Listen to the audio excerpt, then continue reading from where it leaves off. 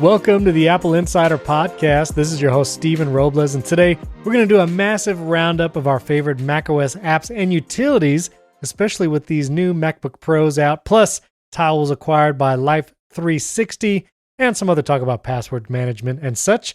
This episode is brought to you by Bespoke Post, Comet Backup, ZocDoc, and Quip Smart Toothbrushes. You'll hear about those in a moment.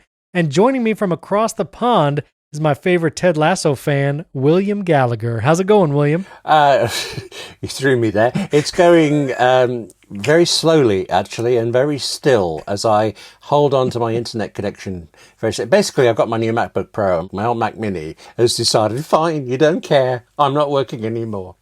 That's how it's going at the moment. That's what's going on. I was wondering, William is getting the internet through a tin can and string. Connected to some cell tower across London, or I don't even know, something like that. Yeah, that's what BT calls their advanced system, the string and tin can. Yeah. You got to pay extra for that, I'm pretty sure. Clearly. You said your new MacBook Pro, and I thought I saw somewhere that you got it. So, I have. New MacBook Pro's in hand. It's on my desk next to me. It's not fully set up yet. It's weird that you should say about apps and things, because I was compiling a list anyway as I was going through what must I move on to or must I have, and I ended up with about 15 or so. And Skype wasn't one of them yet, but now it will be. I mean, you can try FaceTime audio. I still find, I don't know, Skype just is a little more reliable and less delay. I don't know. I still find that. You are the only person in the world who has ever said that. Really? Since Skype was bought by Microsoft, I have never heard a human being say that. I don't know. I feel like FaceTime audio, especially if I do it on my iPhone, there's like a weird delay when I'm trying to talk to somebody. I don't know. All right. You don't find that? No, quite the opposite. I found there are times when I haven't realised the call was FaceTime audio. I go back into the phone to try calling somebody who just called me. They're not there. They're off in FaceTime. Oh. So, yeah, it's worked very well for me. Okay.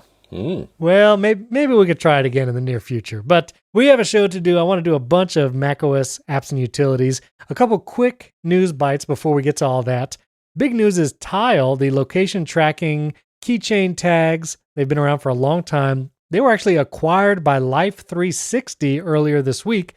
Life360, if you didn't know, at least here in the US, is a kind of family location tracking, family management app that you can pay for. And so they have purchased Tile with the hopes of kind of extending their device location tracking. And they've also acquired another company recently called Jiobit. It's a company that markets cellular-enabled GPS tracking devices with help designed to track children, elderly, and pets. So Life360 could be in a position to compete with the Find My network that we all use and love. I mean, I use the Find My stuff. Have you ever used any Tile products, William? I've never actually seen a Tile product in real life. Oh. No, I mean, yeah. Okay. They look very nice in the photographs, but no.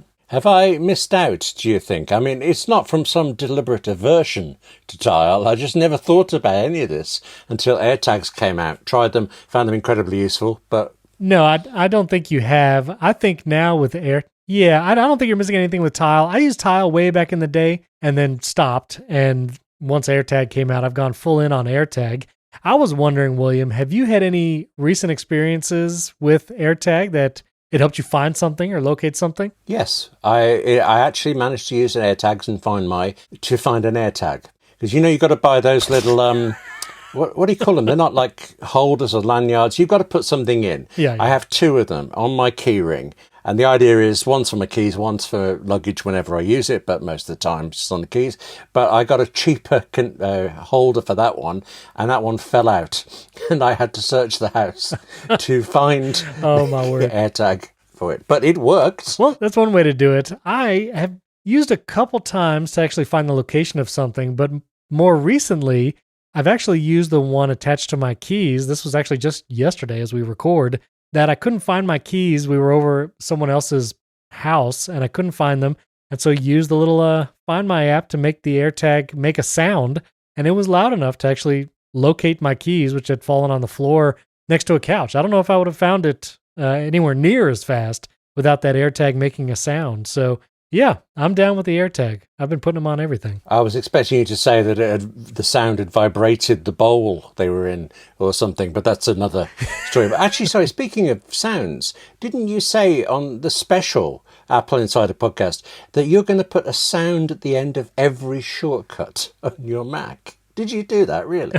No, not every shortcut, but we were talking about Matthew Cassinelli and I, which if you missed it, special interview, Matthew Cassinelli came back on the show to talk about shortcuts on macOS specifically. And there is an action where you can have a sound play at the end of every shortcut or any time in between a shortcut. And we were talking about having a text expander replacement, meaning, text expander makes a little pop or whatever sound once a snippet expands. And so it'd be nice to kind of have that audio confirmation that a shortcut has run and the text expanded or pasted. So I haven't done it yet, but it's nice that it's there. Now, a couple of updates to the Apple's self-repair program. We talked about it on the last Friday episode of the Apple Insider Show, but a couple more details. First of all, it came out that a third party is probably going to be handling part sales. So if you go to buy parts for your Apple devices to self-repair through this program that's launching next year, sales will probably be handled by a third party. And also,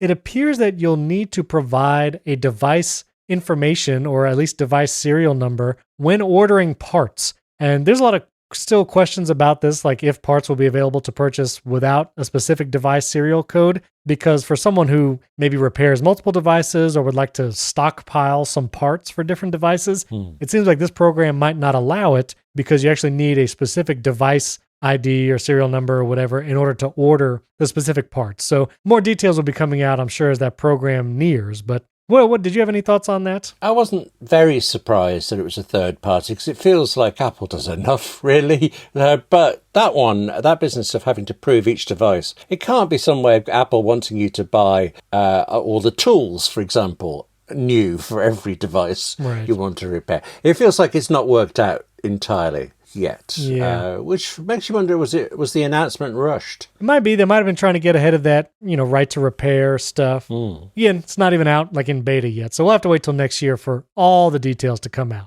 Now, I wanted to talk for a moment about password management, and I broke this out from the apps and utilities thing because this is kind of cross devices. With password management, I was listening to the ATP podcast with, Marco Arment and them, and Marco Arment, like myself, kind of straddled the fence with both the iCloud keychain password management and 1Password. I use both all the time, and a lot of times that can be a little complicated, especially on the Mac. Now with the new 1Password extension, both come up, and there's just a lot of windows. Yeah. But I like my passwords being saved in multiple places. So my first question to you, William, is I thought you had used 1Password or still use it. Do you use both, or have you gone one or the other exclusively? I'm exactly the same as you. I use them both. And when you try to log into somewhere and Safari and 1Password are going, no, use my version. It can't, even today, actually, because I was doing a lot of installs, it was a pain, but it's a relief to know. With Safari, you have to be on the site for the password to be volunteered, or you go into preferences and you have to search for it. With 1Password, it feels like you can bung anything in there. Site licenses, software, things, anything. So 1Password feels like the better overall package. But the convenience of Safari going, oh, yeah, that's the password you want. That is so good. I am, for the moment, using both. Yes. I'm putting up with the odd confusion. My next question then to you is this, because using both, one of the things I do with many of my account logins is two-factor authentication, which is that 6-digit randomized code. I do that in 1Password, and it's been working really well. But since iCloud Keychain has added that functionality in iOS 15 and macOS Monterey, I wanted to have those there as well. But what I have found is this weird behavior of when I set up those two-factor authentication codes in both places, I actually get a different 6-digit number in iCloud Keychain. And for some reason, it is not correct. I can't log in with the iCloud Keychain 6-digit number. And I didn't scan the QR code. I used the, long secret code that whatever the account gives you to, put in for that two-factor line so it generates the 6 digits. But I put the same long two-factor URL or code in both 1Password and iCloud Keychain, and for some reason it gives me two different numbers. Have you experienced that or looked into that at all? Actually, yesterday I was offered a 6-digit code. I think it was the iCloud version, and I couldn't seem to successfully enter it anywhere. It looked like I was doing it. I just decided I was really tired, and it was me. But it feels like I've got the same thing then, which means it's not going to get any better, is it? You didn't send me a random 6-digit number for no reason yesterday. No. No, I did not. Okay, but you're gonna. I can tell. No. Well, anyway, I'm just wondering what others have experienced. So listeners out there, if you're using iCloud Keychain with two-factor authentication codes, and maybe if you also use 1Password, I'm curious your experience. Is there consistency between those? Are you able to use both for the two-factor and they work both hand in hand? I'd be really curious because 1Password syncs incredibly well with those two-factor authentication codes. I mean, I can be on my iPhone, my iPad, my Mac, a secondary iPad like my iPad mini, and 1Password works flawlessly on all those devices. And so it makes me a little skittish about iCloud Keychain and two-factor support. I do really like 1Password. I've always really liked it. So, yeah. Same. Can I just add, yes, please, sort me out. Anybody. Thank you. All right, one other follow-up. Last week, we talked about Apple's current state of software stability and addressed John Prosser's video about saying that Apple's software currently sucks. That was the title of his video. You can listen to last week's episode for the full discussion on that. But one listener actually reached out on Twitter. His name is Holger Fiallo, I believe. It looks like he's from South America, and he's actually visually impaired, and he had some things to say about accessibility. And when it comes to, really using accessibility features and relying on accessibility features for either visually impaired or hearing impaired, he said a lot of times those bugs don't get fixed very quickly. And with new features such as focus modes, accessibility has not been as quick to keep up with those features, and VoiceOver doesn't work very well with focus modes and things like that. There's actually a website, applevis.com, so applevis.com, and it actually lists all the updates and current bugs and issues that exist for accessibility features on Apple devices. And so a resource there for those who really depend on accessibility features. And I thought that was an interesting point. That's not something that I depend on personally, and so it can definitely be at least unobserved or overlooked by those of us who don't use those features super in-depth and often. But I appreciate that feedback. And yeah, be curious, anyone else out there, listeners, who might use accessibility features in depth for just really need to be able to use the device because of accessibility. Be curious your experience when it comes to bugs and stability and maybe even comparing it to other platforms. William, I didn't know if you had any thoughts about the state of Apple software. Oh, yeah. Well, I followed that thread you had. I was terribly disappointed because you always think that Apple is very good. This is one particular area that Apple's great in. So when they fall down on it, that's disappointing. But like you, I don't need the accessibility stuff except for the odd little, trickery with Keyboard Maestro or shortcuts or something. So I'd missed all of these problems where I was disappointed. I remember when I saw John Prosser's title of the video, it's easy to just read the title of his videos than bother watching them. I didn't immediately agree, but I hear the odd example. I know the discussion you had. Yeah, there are things that aren't great, and it feels as if things are not as good as they were. But then I remember I wrote a 6-page memo about, would have been Word 6 for DOS, I think it was, and sent it to Microsoft. And the PR people told me that they actually cried in the meeting as they read all the bugs I'd found, and they didn't fix any of them. So I didn't know whether to be, the software has always been a bit buggy. Maybe there's just more of us now using more of it and finding more things. I'm trying to be optimistic and pessimistic at the same time, aren't I? Right, being on the tightrope. It's all right. I'm not switching to Android because of these problems. I can tell you that, though. So, No.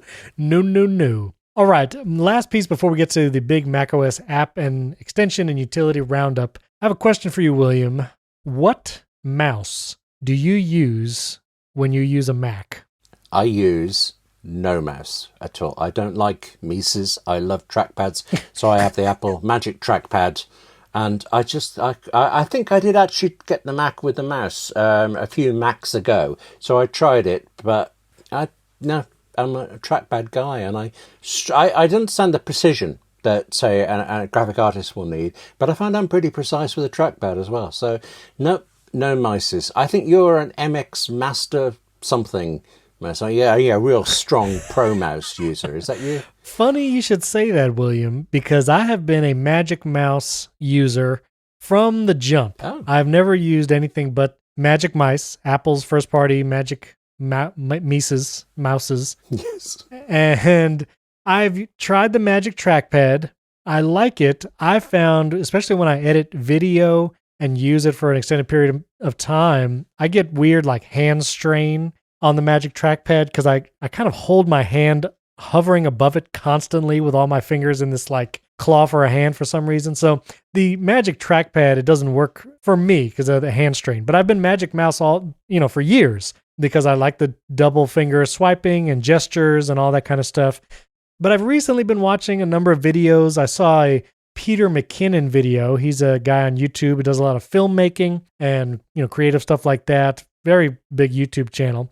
But he was talking about his desk setup. He's got his Pro Display XDR. He got one of the new MacBook Pros, all that kind of stuff. And he talked about the Logitech MX Master 3. And I've heard many people talk about this mouse before. And so I will reserve judgment for the moment, but I did get one. I have the MX Master right here in my hand. I'll even click it so you can hear it. See that click? That's the mouse click right there. Can't beat that. It's very, very clicky. There's, I think, there's two different scroll wheels. There's a side scroll and a top scroll, and there's lots of buttons that you can program to do lots of different things. And you can pair it with 3 different Bluetooth devices, including an iPad. This works with an iPad. And it has a USB charging cable on the front, and it can be plugged in while you use it. Imagine that for a mouse. I'm not going to rise to the way your voice went up over the charging point on the front. I have no problem with the charging point underneath. Well, because your Magic Trackpad is fine. It's just the Magic Mises. You got to flip it over like a turtle on its back. Seriously, I don't have a problem with that. With the underneath the charging thing? Yeah, so like every 3 months or something, it goes a bit low. So you plug it in, go get a coffee, come back, unplug it, carry on. Then at the end of the night, you leave it plugged in overnight. It's done. It's just dreadful how inconvenient that is. You don't have to charge it often enough. Like I don't charge it nightly or daily. I don't think to plug in my mouse every night. I don't want another daily charge device. And it lasts a long time. The Magic Mouse battery will last a month or two, pretty long enough where you don't think to charge it until it's almost dead, and you only realize it's dead once you start using it. Yes. So then you run into the issue of, I can't use this thing and charge it at the same time. In my current docking situation here at my desk, if I don't have the Magic Mouse, I was kind of up a creek. I guess I could flip open my laptop, but it's usually in clamshell mode, and so I'd be using a trackpad on the far right side of my desk. No.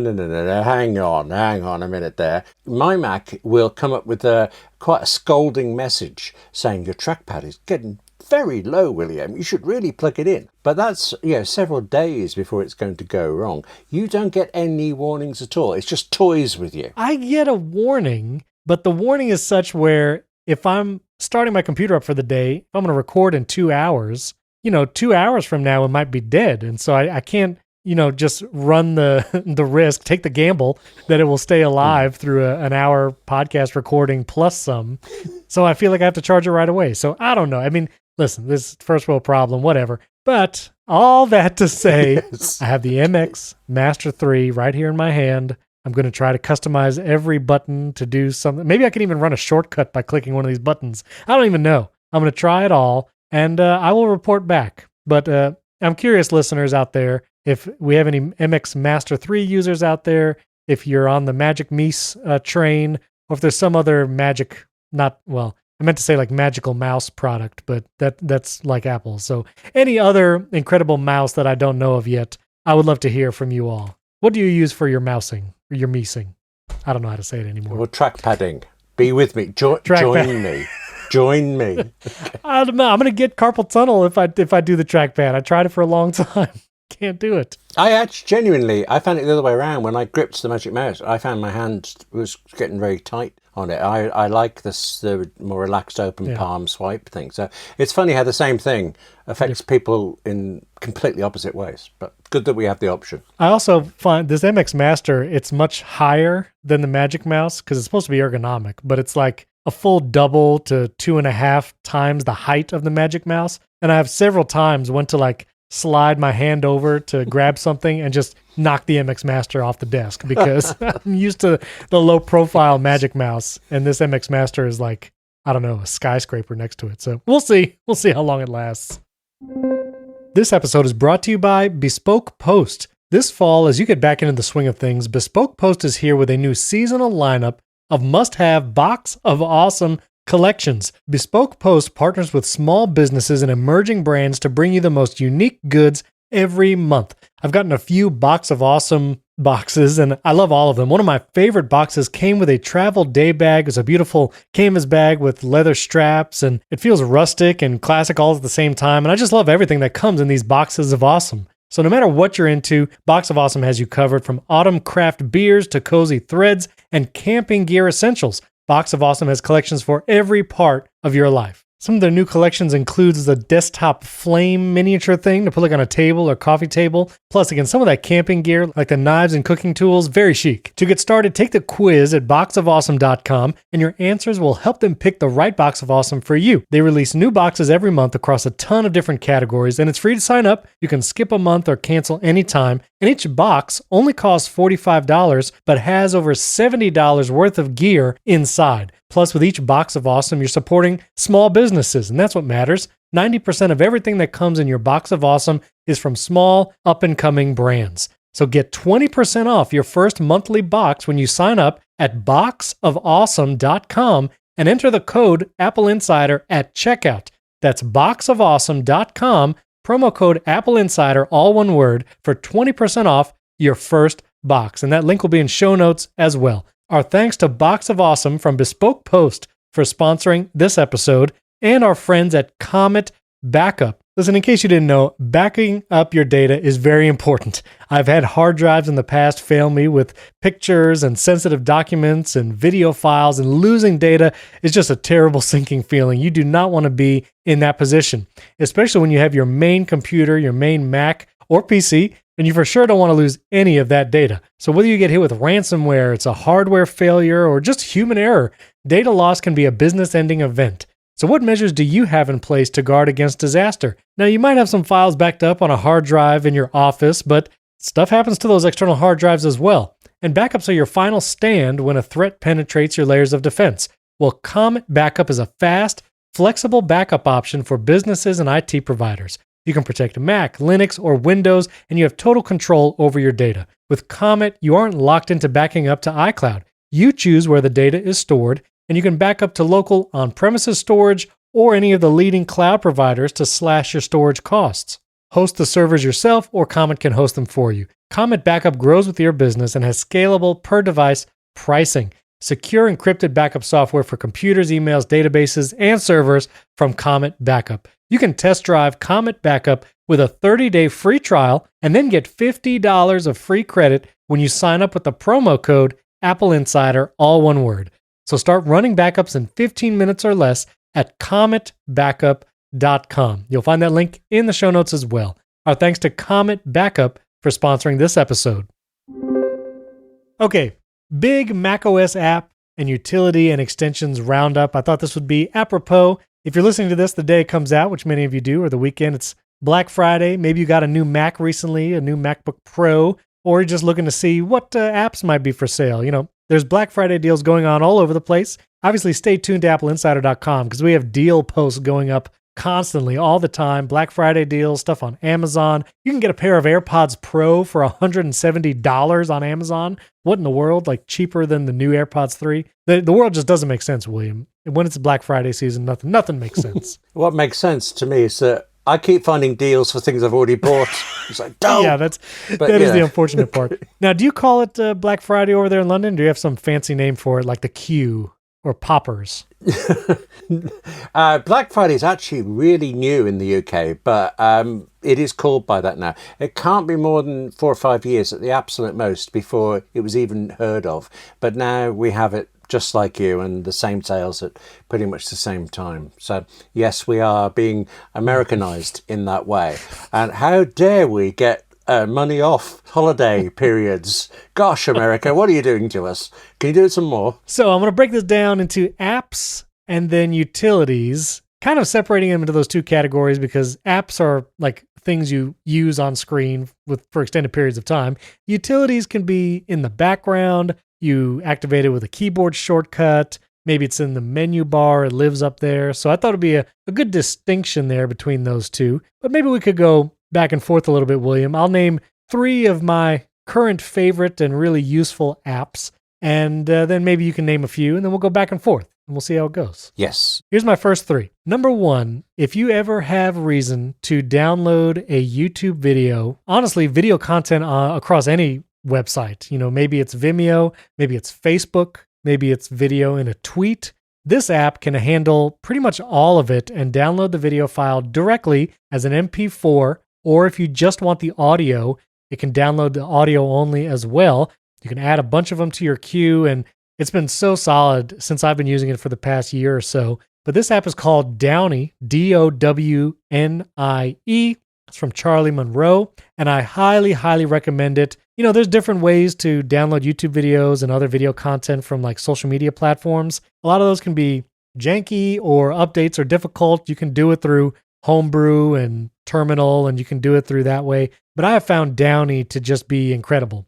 It's available via Set App if you subscribe to that, or you can just purchase it individually. It's $20 for an individual license. And again, if you do anything like that often or like to pull video content from websites, even if it's like news websites, maybe you do something where you need to pull news clips from just different websites. Again, highly recommend Downie, Downie. And of course, links to everything we talk about will be in the show notes if you'd like to find it there. So Downie, definitely 2 thumbs up. Secondly, for package tracking or parcel tracking, as they say in the UK, isn't that what you call it? What do you call a package, William? Is it a parcel? Troublesome. That's what we call it. Bothersome, Bothersome. waiting. Yeah, but parcel more often than anything else, yes. Right. Parcel or pack. No, you're right. Packages. Oh my God, you're influencing us on our language as well now. Oh. Yep, just influencing it all. Well, because this is a UK term, maybe that's why I never searched for it, but a delivery app called Parcel, Parcel. I've typically used the Deliveries app for a long, long time. I really like the Deliveries app. I still may continue to use it, but Parcel, I heard it recommended on another show, and I've been trying that out. It's cross-platform. You can use it on your iPhone, iPad, and your Mac. It's something like $5 a year to unlock all the features, and it can do things like integrate with your Amazon account and automatically pull in Amazon orders just by itself automatically. You don't even have to add them individually once you log into your Amazon account. Gives you notifications. You can track it on the maps, all that. Parcel, it's great for tracking packages, parcels, or deliveries, whatever you'd like to call it. And secondly, I would also recommend Deliveries because I've been using that for a long time and pretty happy with it. And my third recommendation for right now is an app for the Mac, and I believe this is on other platforms as well, but I use it on the Mac mainly, is an app called Pastel. This is by developer Stephen Troughton-Smith. And Pastel is a app to manage colors, color boards, brand colors. And if you work in graphic design or web design, I use it specifically for some websites that I make. You can create palettes of color and save it in that Pastel app. You can even, this is the cool part, you can take a screenshot or any image, pull the image into the Pastel app, and it will automatically detect the colors from that image and import them. And then you can copy the hex code, the RGB codes, and you can just right click and copy any of those options for whatever color you have in the app and paste that wherever. And so if you're dealing with web design, that's very helpful. Graphic design, and you want the exact hex code, really, really useful. And you can create custom palettes. You can have folders and collections. So if you work with color at all, whether it's branding, graphic design, or web development, I highly recommend Pastel by Stephen Troughton-Smith. It's very cool. All right, William, why don't you give me a few of your favorite Mac apps or current Mac apps that you've been using? This is so me. Basically, I suggest you go off and get a cup of coffee, a meal, maybe a decent lunch, because I have so many apps. You're looking at me. You only want a few. Okay. Let me start with this one because I've kind of re-fallen in love with it. Default Folder X. And it is X, by the way. I can't stand it when people talk about Logic Pro X and they mean 10. This is Default Folder X. A reason I fell back in love with it is I didn't move it onto my new MacBook Pro at first and instantly found how much I missed it. It converts every open and save dialog box in every app to give you quick route to favorite folders, favorite files, and a much faster way of kind of navigating through your entire Mac folder structure for it. It's just, that sounds so little given how much I use it, but it's in every open and save dialog box. It's also in every Finder window. There's a menu bar option for it, so I can fly. There's lots of jobs where I need a file from this folder and I have to end it up in that folder, and this just makes it a snap to go back and forth between each of them. So default folder X, I loved it before, I love it again now. Have you heard of that one? Maybe a long time ago, but I'm looking at it right now, and I'm very curious about trying this. So it looks very cool. Oh, well, in that case, now is the time to come back. Okay. Can I have two from the same company? Is that? Oh, absolutely. Right? Please. Yeah. OmniOutliner. OmniOutliner and OmniFocus. OmniFocus is the easiest to explain because it's bionic to-do app. I mean, more than a to-do app, it always feels to me like it's a can-do app. So yeah, it will list the things I've said I must get done today. But also, you're waiting for a train, you're waiting to do something. You, across all your jobs, all your work, you can just say, show me all the phone calls I've got to make. I've got 10 minutes. What phone calls can I make? And you can start knocking them off. It presents you with things you can do as well as must. And I think it's incredibly powerful, and maybe too powerful for many people. It's like Things and OmniFocus, you really need a to-do app if you're going to use them. But when you do need it, OmniFocus rules my life. And then OmniOutliner is the one I'm honestly surprised. I tried OmniOutliner because I liked OmniFocus so much. I wanted to see what else the company did. I loathe outlining. I'm a writer who'd rather just write, see what happens, throw things away if it doesn't work. I'm not into planning books and things like that. Occasionally, contractually, you have to, and it's very useful for that. But OmniOutliner is really superb at ideas. It lets you chuck down a couple of thoughts and then slowly expand them, massage them, move them around, expand out. And the example I got is somebody asked me if I would do a day's writing conference for them. So obviously I said yes. And then they immediately came back and asked what I would do for the entire day. I had 20 minutes to knock up an entire day's schedule for this writing conference. And I did because of OmniOutliner. I will say I've used OmniFocus in the past, and it is extremely powerful. And for some people, it is, definitely try it, because for major project management, really granular control of your tasks, it's really excellent.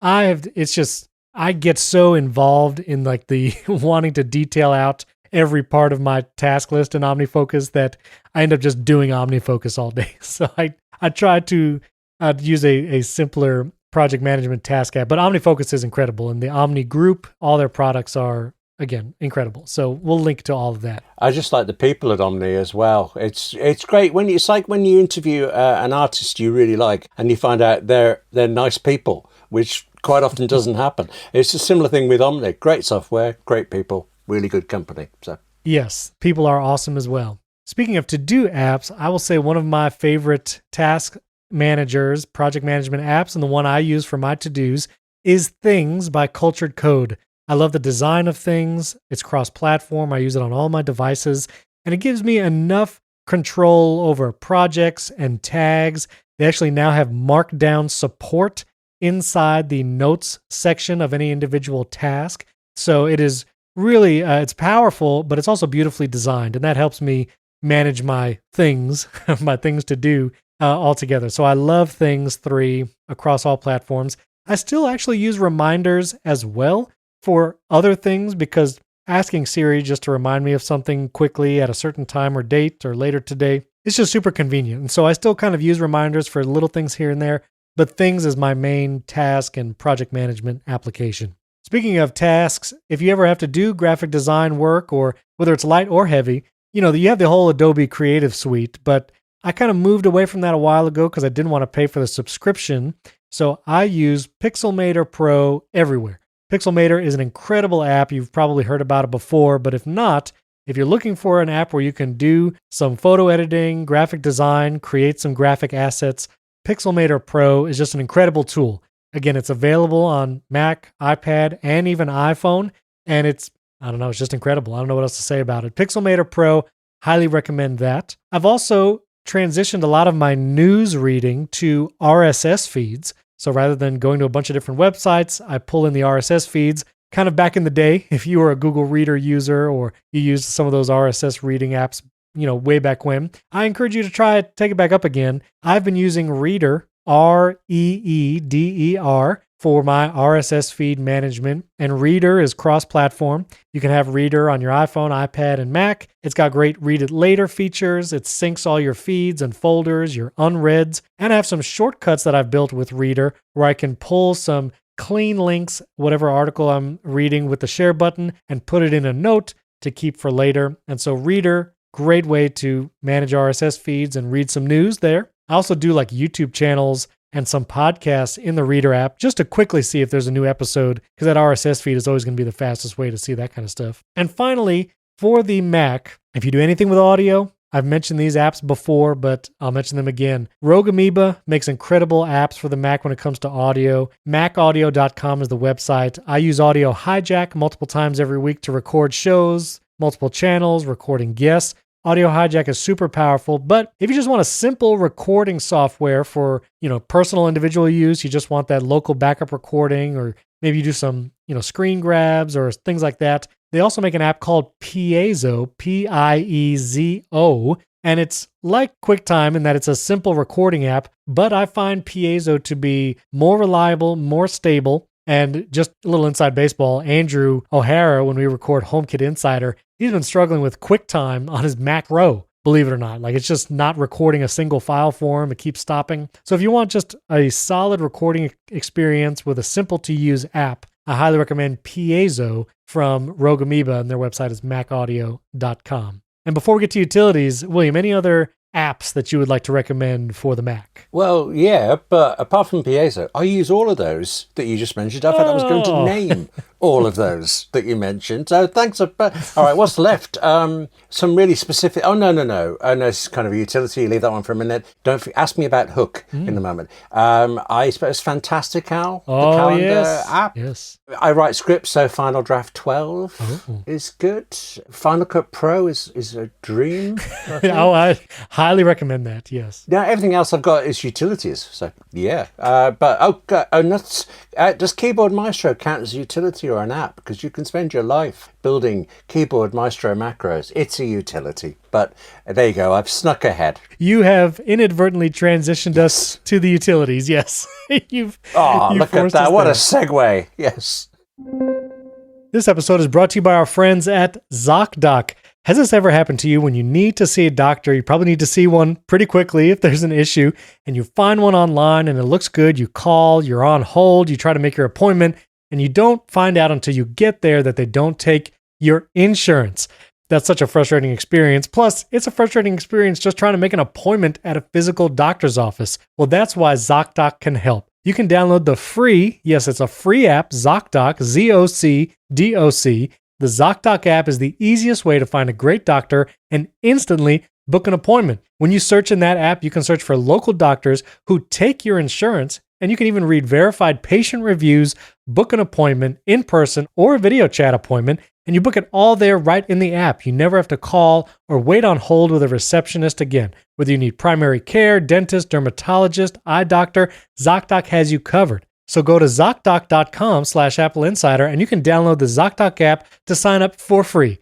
Every month, millions of people use ZocDoc, and I'm one of them. I've used ZocDoc to find local doctors, and I have confidence they can take my insurance, I see the reviews, and I can make an appointment right there in the app. Many appointments are available as soon as today. ZocDoc makes healthcare easy, and now is the time to prioritize your health. So go to ZocDoc.com/AppleInsider and download the ZocDoc app to sign up for free and book a top-rated doctor. Many are available as soon as today. That's ZocDoc.com/AppleInsider. That link will be in show notes as well. Our thanks to ZocDoc for sponsoring this episode, and our friends at Quip. Good health starts with good habits, and Quip makes it easy by delivering all the oral care essentials you need to care for your mouth. Listen, if there's one thing I know I want to keep up with throughout my life, it's my teeth. It's never fun to go to the dentist, but if you can be confident about the work you've been doing at home, brushing well and flossing, then going to the dentist doesn't have to be such a stressful experience. And that's where the Quip electric toothbrush comes in. There's over 7 million mouths out there using the Quip electric toothbrush. It has timed sonic vibrations with 30-second pulses to guide you through a dentist-recommended 2-minute clean, because you want to be brushing your teeth for at least 2 minutes. It's lightweight, sleek design. There's a multi-use travel cover that actually doubles as a mirror for less clutter when you're traveling. And then you can even track and improve your brushing using the free Quip app. Beyond the brush, Quip has everything you need to build a complete routine. They have 2 ways to floss, which is the floss string that expands to clean, or reusable floss pick that replaces over 180 disposable picks with every refill. I gotta be honest, I'm big on flossing, so you want to try those. I'd also recommend, I have kids, and getting an electronic toothbrush like this, not only is it fun to use for kids, but it can really signal to them that 2 minutes is up, they've brushed their teeth for the right amount of time, and Quip makes electric toothbrushes sized just for kids. And their toothbrushes are Bluetooth, and they can connect to that app on your phone, and you can see all the stats of how you're doing and how your kids are doing brushing their teeth. So go to getquip.com/AppleInsider right now, and you'll get your first refill for free. That's the first refill for free at getquip, getquip.com/AppleInsider. That's spelled getquip.com/AppleInsider. Quip is the good habits company. Our thanks to Quip for sponsoring this episode. So utilities, I got a bunch of these as well. I'm going to include some Safari extensions as well because they're kind of utilities. And so let's go 4 for 4 on this. I'll do 4 and you can name some of yours. Okay. When it comes to utilities, now that I have the new MacBook Pro with a notch, the menu bar icons become a little unwieldy. I've actually found that at certain points, certain menu bar icons that I needed to access, like the shortcuts icon, would disappear under the notch because I have too many icons up there. I have Pastebot, 1Password, Fantastical. I also have things like Hazel and Elgato Control Center, Text Expander, and a couple other ones that I've added, my focus mode icon. And so I have found that it is not tenable to have that many menu bar icons with a notch because they just get hidden underneath. So I have gone back to using Bartender, which is an incredible Mac utility where you can customize where your menu bar icons are located, the order, which ones appear kind of above the fold, and if they expand when you just put your mouse in the menu bar.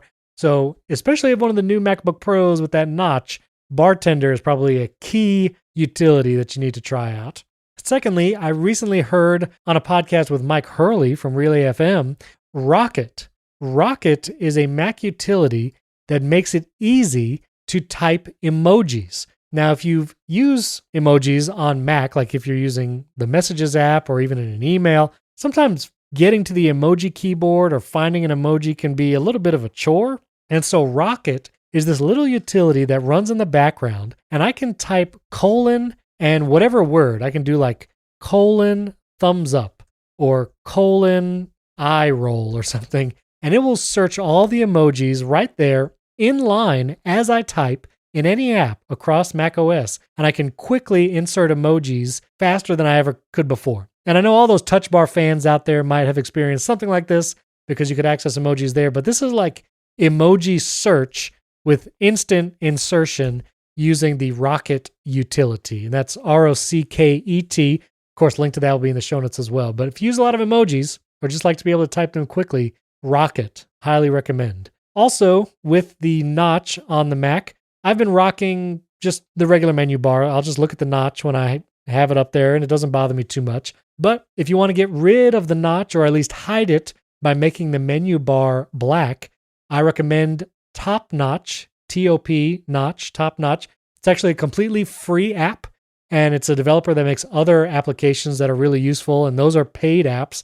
But Top Notch is totally free, and it lets you hide the notch either by making the menu bar black or kind of placing the entire screen below the notch. And so I highly recommend if you want to do something to hide it. So Top Notch. And fourthly, and then I'll throw it to William, in This is an extension for Safari called Super Agent. Super Agent is an extension that works on the Mac, but also on iPad and iPhone. It actually automatically accepts and dismisses those cookie banners that you see all over the internet, where it says, do you want to accept cookies or reject them? You can actually put some custom preferences in the Super Agent app, and they will automatically accept or reject those, and so you never have to see them again. It's not even like they pop up a little bit and go away. You just never see a cookie banner again as you browse the internet, and that is actually a nice experience. So Super Agent as an extension for Safari. William, hit me with some of your favorite utilities. Well, actually, I do have a question about Rocket. Is there a setting in there that can make it slower and harder to get emoji, or preferably impossible? Is that a feature they could have in there? I don't know. I'd have to look at the preferences. Why? Do you not like using emoji? Otherwise, I do think actually you've been peeking at my list, because I was going to say bartender as well. I've always liked bartender. The notch does not. I mean, in the day's use, the notch makes no difference to me at all. Maybe I'll change my mind after 2 days, but I just don't notice it's there. But bartender is so useful. Even I have a very wide monitor on my Mac, and I still use bartender because it's just kind of handy. Yep. Up in the corner. A couple of things. But ones of mine that you haven't picked. Well, you've mentioned ones, like you mentioned Hazel earlier, and I consider that a utility that's gorgeous. Keyboard Maestro, I've mentioned. All right, let's go obscure. How about, do you ever use Pop Clip? Have you come across that? I've heard, but I haven't used it. What does it do again? Well, you know the way when you're on your iPhone or your iPad and you highlight a word, you tap on it, a little black bar appears with copy and paste and a couple of things like that. It does that for the Mac. But as well as the same kind of iOS copy and things, you can add other things to it. So I can highlight a paragraph. This will pop up automatically, and I can click a button on it to send it off to OmniFocus, my To-Do app, or to Google Translate, for example, and things like that. So it's just a little... It's one of those things where you forget how much you're using it until you're trying to show somebody how to do something on a Mac and it isn't working because you haven't got Pop Clip installed. Okay. Check that out. I mentioned Hook. Are you already a Hook fan? In fact, was it you who told me about Hook in the first place? I do not know what Hook is. I don't know what that is. Oh, excellent. Hook is this gorgeous little utility where it hooks things together. So, for example, 3 times a year I edit a magazine for a company. And when I do that, it's a young writers magazine. So there might be 60 young writers sending stuff in to it. So I have 60 documents to track, and then whether I've rejected them or not, whether I've replied to them or not, cover design stuff, what the state of the file is. And there's a particular editor I have to work with, a bit of producer really, the client, who will send me instructions at certain times in different emails. With Hook, I am one keystroke away from looking up any one of those emails immediately, or going from the magazine to the folder where the rejected things are, or the accepted ones. You can link stuff together. I mean, my accounts, for example, I have an account spreadsheet, and I've hooked every one of my online bank accounts. So rather than going off to 1Password or to Safari and finding it, I'm in the spreadsheet, I need to know a figure,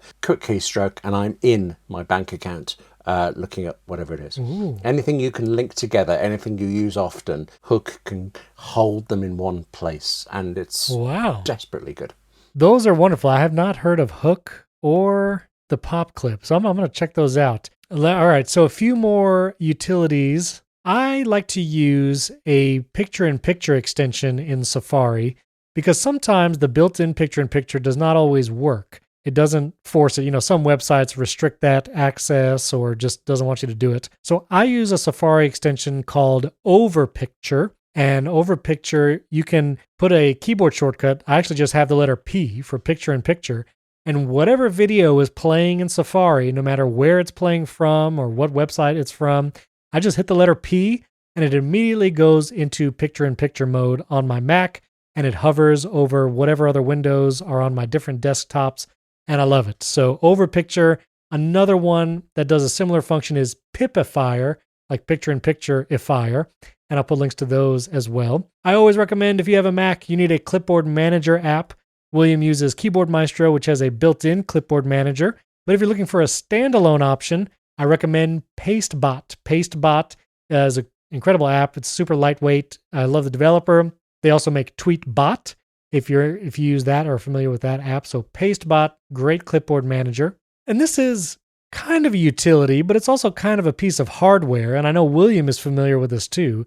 Stream Deck. Stream Deck is a physical button thing that sits on your desk, and you can get multiple models. But then it also has the utility where you program what those different buttons do.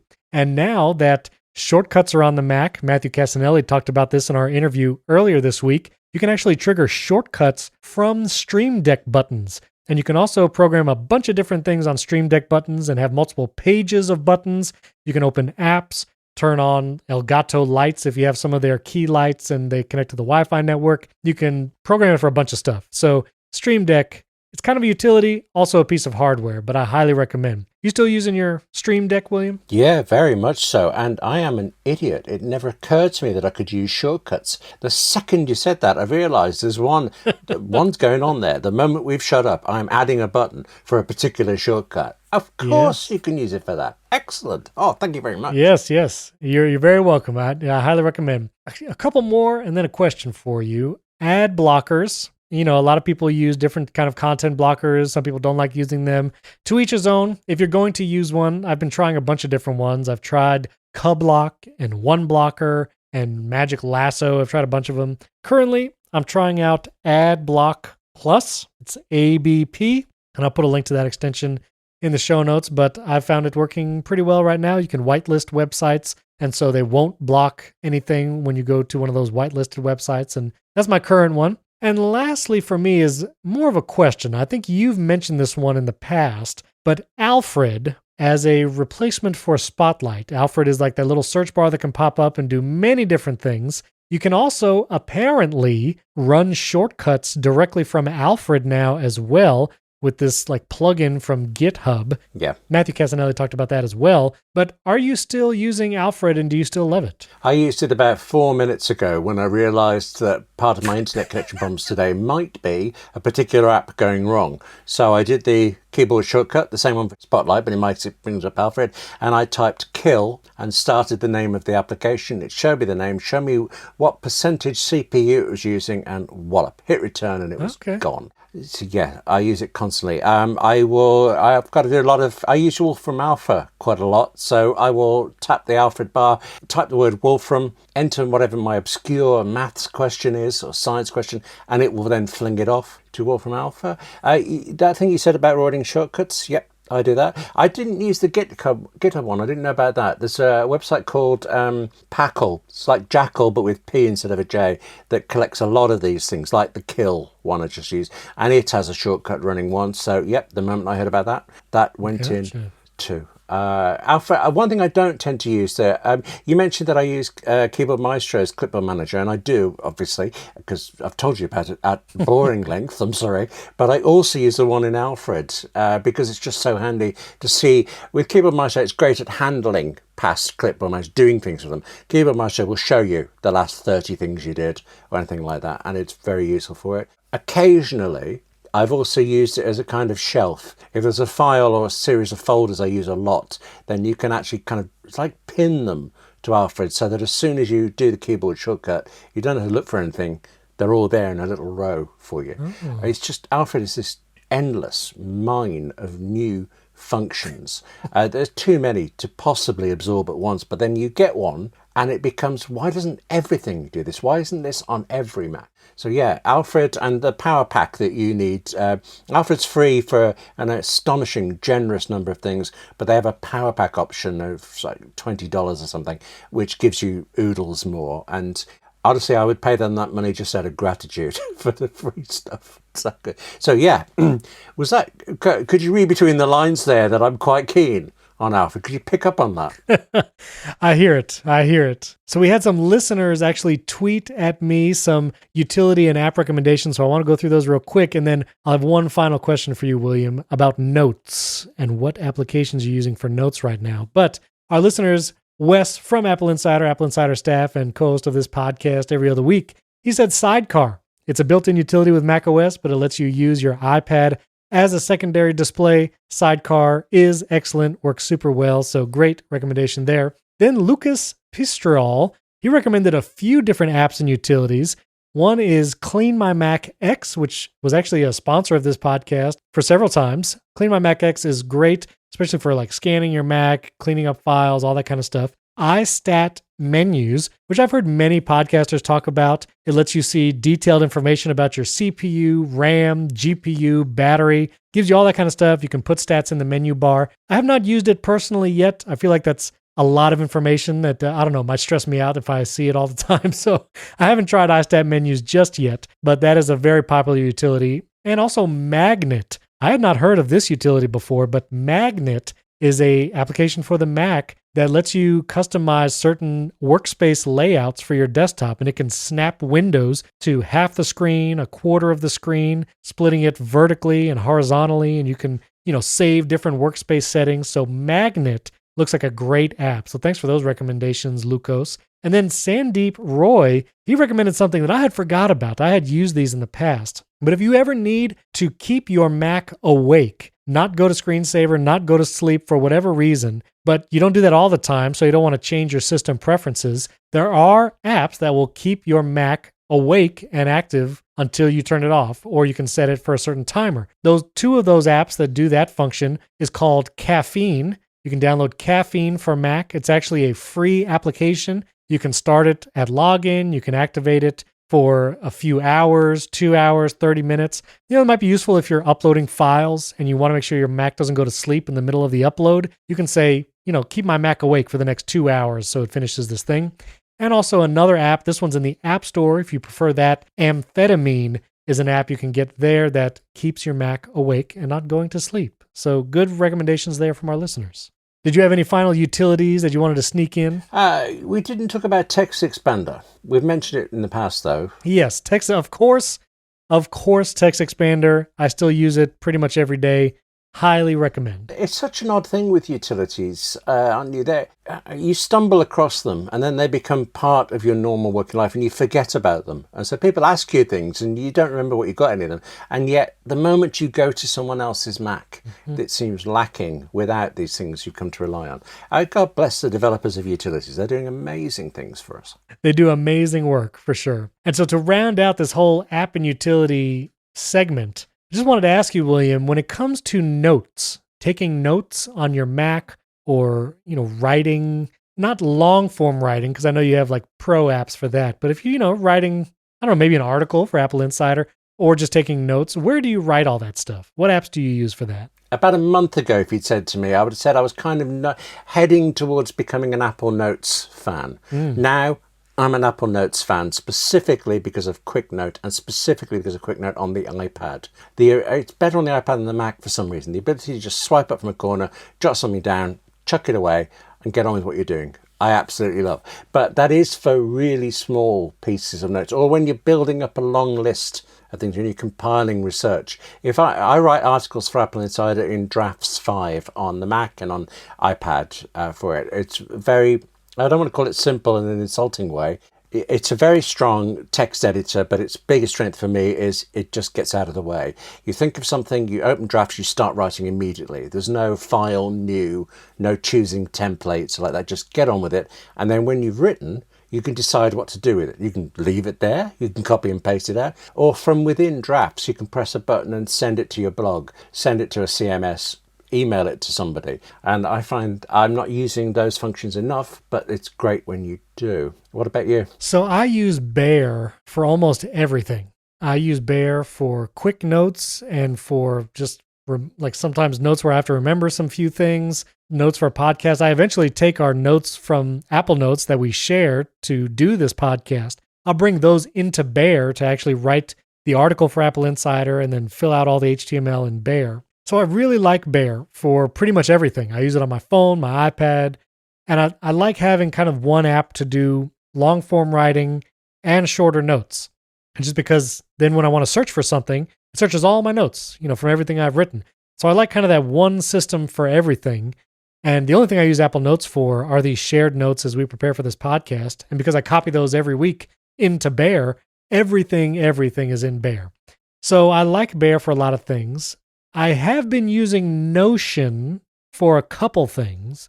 I use Notion for a couple collaborative features, some research that I've done. I like Notion's backlinks, the ability to embed videos and such. So I've been liking Notion a little bit.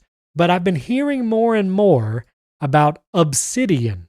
William, do you have any experience or thoughts about Obsidian? Only the same as you. I've just been looking at Notion. There are things I don't like, there are things I do, and I'm kind of pursuing it more. And yet, every time I ask a question about Notion for somebody, people are saying, well, there's Obsidian, So I've yet to download it and try it. But it seems to be, it's the app of the moment, it sounds. It is, and there's alternatives like Craft that you can get on all your devices, and Craft is like a Notion alternative. A lot of people prefer that.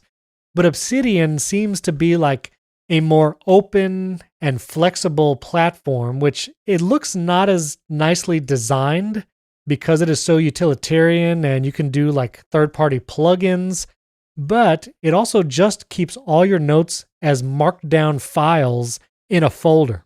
And that's one of the things I like about a non-proprietary database. Even Bear, there's not like some folder I can go look at all my notes. I can export them all as text files or markdown files, and you can export your entire database, but Obsidian actually keeps your entire notes database as those plain markdown files in a folder. And then you can just always copy and paste that folder or do whatever. And CGP Grey on the recent episode of Cortex said he has switched to Obsidian for note-taking and script writing because it has some killer features. And so it's in the periphery. I've looked at it, but I have not dedicated a lot of time to getting to learn it. But I don't know. I'd be curious if our listeners out there have tried Obsidian, or I don't know if there's just lovers out there of Obsidian. I know there's a whole Notion Nation. I think that's the short term for it. People that love Notion. But any other final thoughts? You could spend your life playing with all of these things, couldn't you? And at some point you have to get on with work, unfortunately. I know. I like futzing around with it, and I like upending my entire notes and writing structure just because it's fun. And then it's a terrible idea, but yeah, I like doing it anyways. Exactly. So, Yes. Well, that was a massive roundup of apps and utilities. Listeners, if we forgot something, let us know. Tweet at William and myself. Our Twitter handles are in the show notes. Would love to know if you're using some incredible utility that we don't know about or didn't list. And then we'll do maybe a follow-up next time. We'd love to hear from you there. Also, it would greatly help out the show if you gave it a 5-star rating and review in Apple Podcasts. Even if that's not where you listen to the podcast, just hop over to that app, give it 5 stars and a review. We'd greatly appreciate that. And you can also support the show with $5 a month to get an ad-free, uninterrupted experience. And you can do that on patreon.com/AppleInsider or write an Apple Podcast for $5 a month. You get the ad-free version. The whole feed just changes over to ad-free stuff. And actually planning to do some standalone bonus episodes specifically for our paid subscribers. And so those will be coming soon. Don't forget to check out HomeKit Insider. That's our podcast about smart home and HomeKit devices. Andrew O'Hara and myself host that. Comes out every Monday. And keep your eyes peeled for deals on AppleInsider.com as we head into the holiday season.